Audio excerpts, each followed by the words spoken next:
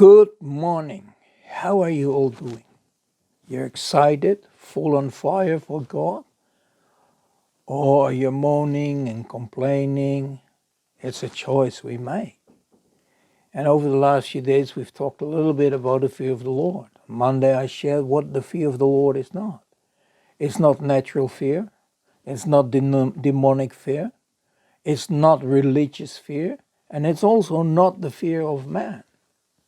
And yesterday, I shared about what the fear of the Lord is. It's total obedience to God.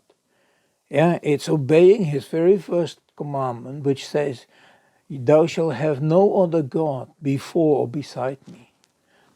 To really prioritize God in your life.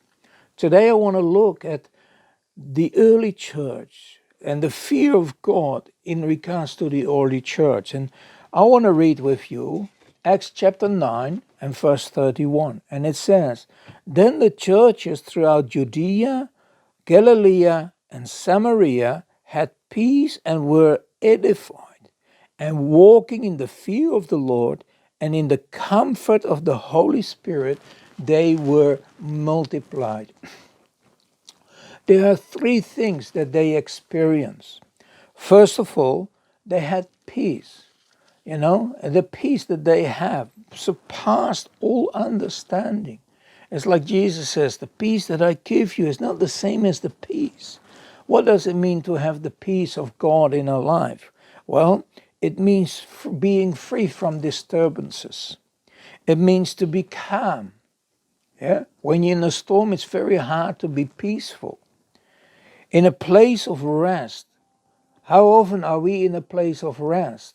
How often are we just still before the Lord and do nothing? Many people cannot sit still. They have to have something to do.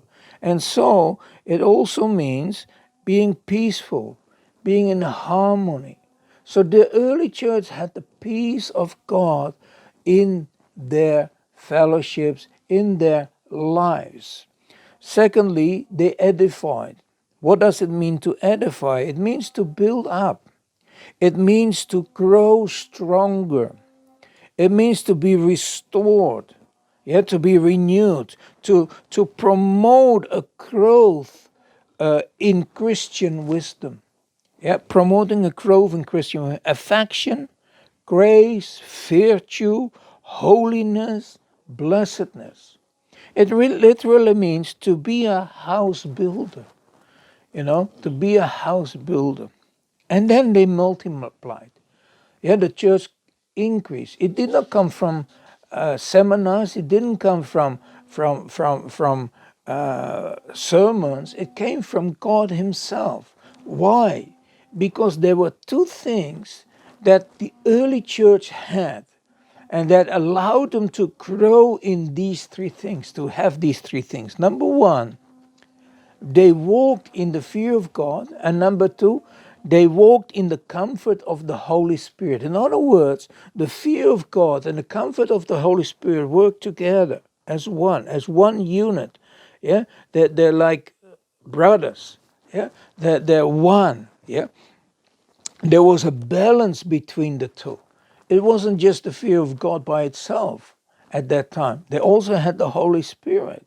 It wasn't just the Holy Spirit, where people just rely upon the Holy Spirit, but they also understood the fear of God. And the fear of God is something that is lacking in the church today. We talk too much about grace and too little about the fear of God. Everything is about grace, grace, grace, grace. But where is the fear of God? Where's the awe and reverence that we have for God? And so these two cannot be separated from one another. We need the word, the commandments. We need the input of God and His word. But we also need the working of the Holy Spirit. And they need to go together. They need to work hand in hand. And so, brothers and sisters, let us look at the order it's in as well. It's talking about the fear of the Lord. And then it talks about the comfort of the Holy Spirit. So, in how far do we have the fear of the Lord? Look at your daily activity. Do you really prioritize God in your daily activity? In everything you do you allow Him to be part of your life? Or is it just, oh, I can do it my way? Remember, it's the fear of the Lord and the comfort of the Holy Spirit working together that will release the peace, the edification, and the multiplication. May God bless you. May He shine His face upon you. Have a blessed day. Remember, rejoice in the Lord always. God bless you.